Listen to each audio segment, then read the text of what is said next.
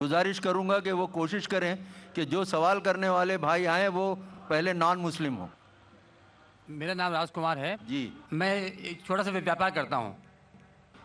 मैंने कई बार कुरान पढ़ी है, तो उसमें जिस आयत का आपने जिक्र किया है उसमें आपने आधी आयत जिक्र किया है, अल तौबा की 5वीं आयत, जिसमें लिखा है कि जो गैर मुसलमान को मारो, साथ में घात लगा मारो, और जब तक वो नमाज कायम करें, ज़कात दें, तब उनको छोड़ दो, अर्थात मुसलमान बन जाएं तब छोड़ दो। और दूसरी बात ये थी कि 6551 की नंबर उसमें है, इसमें लिखा है कि ऐ मुसलमानों, तुम ईसाइयों यहूदियों को अपना दोस्त मत बनाओ, अगर जो दोस्त बनाएगा वो उनमें से हो जाएगा। ये बात इंसानियत के खिलाफ मैं महसूस करता हूँ।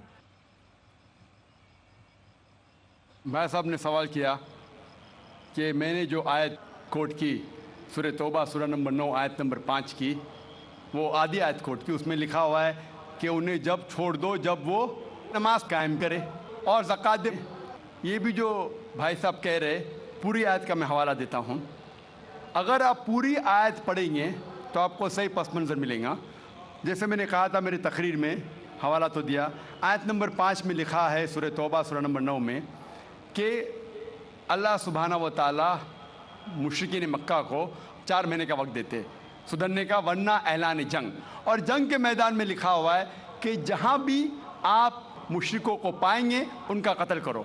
Wait for them in every stratagem of war, उनका इंतज़ार करो और मैदान जंग में उनका कत्ल करो।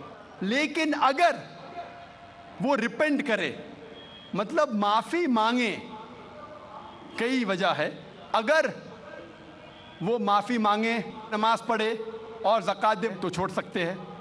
मतलब वो इस्लाम को कबूल करे या वो सिर्फ अमन चाहते हैं, तो कई ऑप्शंस दिए गए हैं। एक ऑप्शन है कि अगर वो रिपेंट करे, माफ़ी मांगे, इस्लाम को कबूल करे तो भी छोड़ दीजिए, या वो अमन चाहते हैं और इस्लाम कबूल नहीं भी करे तो भी छोड़ दो। आगे आयत में लिखा, आयत नंबर 6 में, आयत नंबर 6 भी उसके साथ है ना, कि अगर वो अमन चाहते हैं तो उनको हिफाजत से ऐसी जगह पर ले जाओ जाके वो महफूज है। तो बहुत से ऑप्शंस दिए गए हैं। लेकिन अगर वो आपसे झगड़ा करना चाहते हैं मैदान जंग में तो उनका कत्ल करो। अगर झगड़ा करना चाहते तो कत्ल करो, अगर झगड़ा करना नहीं चाहते हैं, बोलते अमन चाहते तो छोड़ दो, अगर वो माफ़ी मांगते, इस्लाम कबूल करते, फिर भी छोड़ दो। तो कई ऑप्शन दिए गए हैं। ये कहना गलत है कि वो इस्लाम कबूल करे तो ही छोड़ो। कई आयतें आपको कॉन्टेक्स्ट में पढ़ना चाहिए। फिर से आप सिर्फ एक पार्ट ऑफ द वर्स निकालेंगे और कोट करेंगे, लोग को फिर से गलत फहमी होती है। तो ये सही जवाब है कि बहुत से ऑप्शन दिए गए हैं। और कई जगह सूरह अनफाल में भी लिखा है कि अगर वो अमन चाहते हैं तो अमन बेहतर है। उसमें ये नहीं लिखा है कि इस्लाम कबूल करना उनके लिए ज़रूरी है। कर सकते हैं अगर वो इस्लाम को पसंद करते हैं। कुरान में लिखा है सूरह बकरा में सूरह नंबर 2 आयत नंबर 256 में 256, ला इक्राह फिद्दीन, इस्लाम में ज़बरदस्ती नहीं है। There is no compulsion religion, truth stands out clear from error. हक बातिल से अलग है, हक, truth is clear from error. जो हक की बात है वो गलत बात से अलहदा है। हमें हक पेश करना चाहिए। अगर वो कबूल करे तो अच्छी बात है, नहीं कबूल करे तो भी कोई बात नहीं।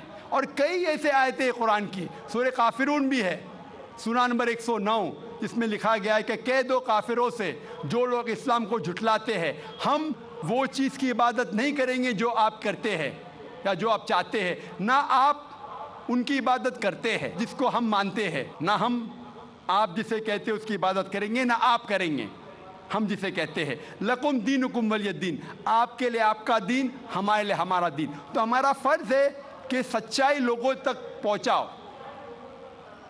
पहुँचाने के बाद अगर वो मानते हैं तो अल्हम्दुलिल्लाह, अच्छी बात है, नहीं मानते तो भी अल्हम्दुलिल्लाह, तो भी कोई बात नहीं, हमको सवाब मिलेगा।